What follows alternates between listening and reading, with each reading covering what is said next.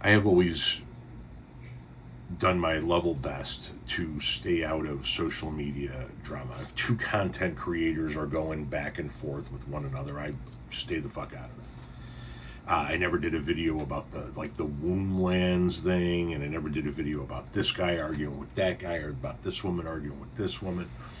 I stay out of it.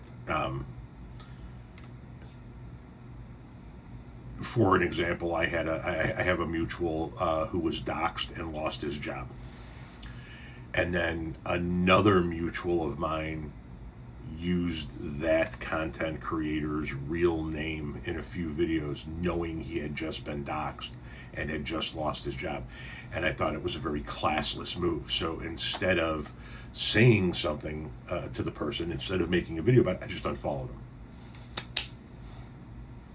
And then I just remove myself from the scenario. And I try not to get involved in the drama, because the drama just begets more drama. This is social media. I almost said Facebook. This is social media drama that I think needs to be addressed, because it goes beyond just social media drama. It touches on a real subject. You guys might know Mr. Williams. If you don't know Mr. Williams, this is his account. As you can see, I follow him. He's at 3.5 million, 174.8 million likes. A very popular content creator. This is a close-up of his face. We all know him. He's a teacher. He's a fantastic content creator. And recently, he bought this dog from a breeder. Now, this dog is meant to be not only a family pet, but also a service dog for him. And so he went to a breeder and he bought this dog. Now, some people have taken issue with him, one in particular who is a person who rescues dogs. And she did a video saying, I don't like you as much anymore because of what you did. And she got a lot of blowback, and she did a follow-up video. I'm going to play for you her follow-up video, and then we're going to talk about it on the back end.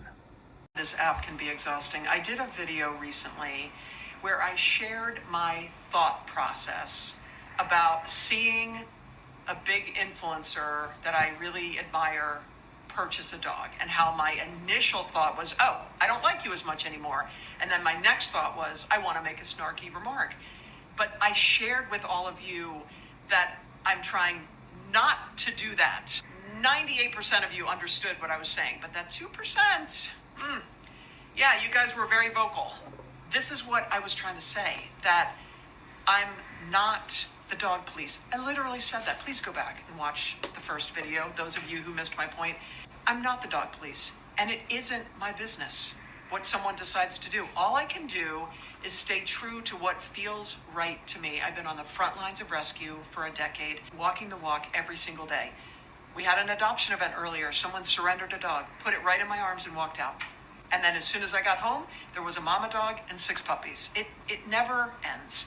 And my heart is in rescue. So you're not going to find me saying, yay, you bought a dog. That's not going to happen here. And I think that that's pretty reasonable.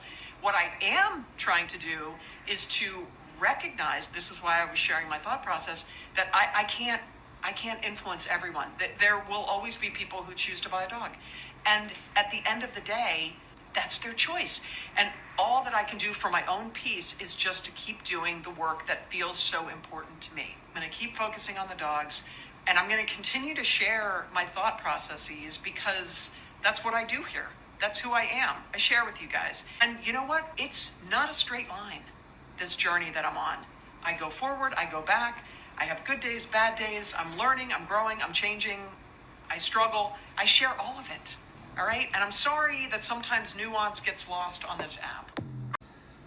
Okay, so first of all, thank you very much for the clarification video, because when I saw your initial video, I had quite a few thoughts of my own that were negative about you.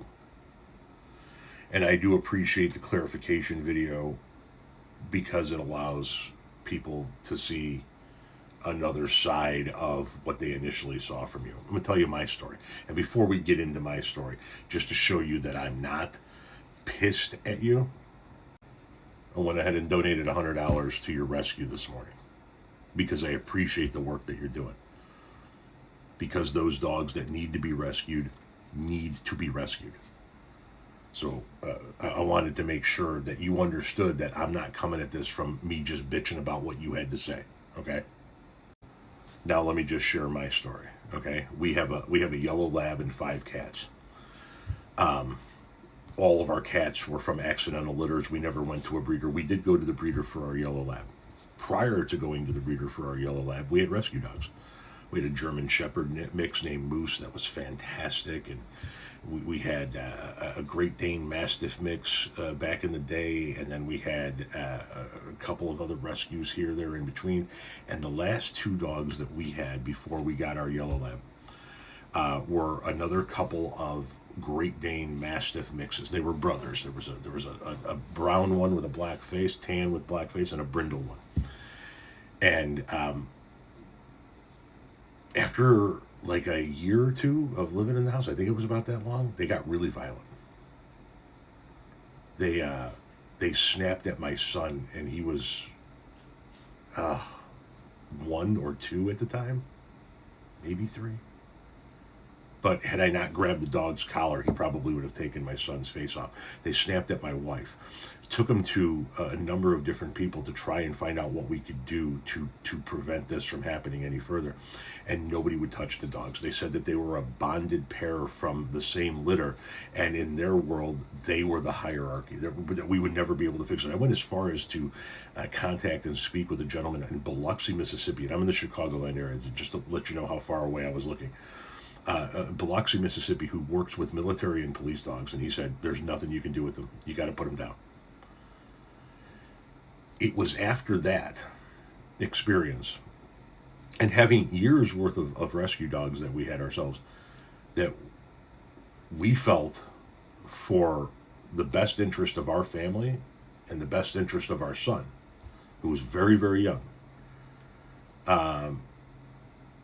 Yeah, 3 or 4, I think it might have been. Now that I'm thinking of the ages, we should go with something known, something that we can look at lineage on.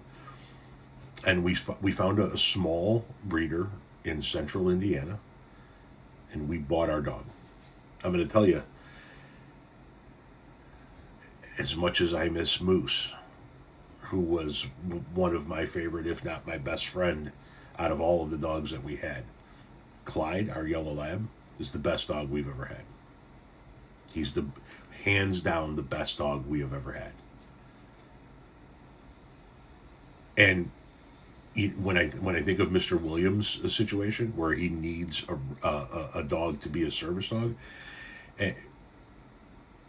yeah, I don't have a problem with the fact that he went to a breeder, or with other friends I know that went to breeders instead of going to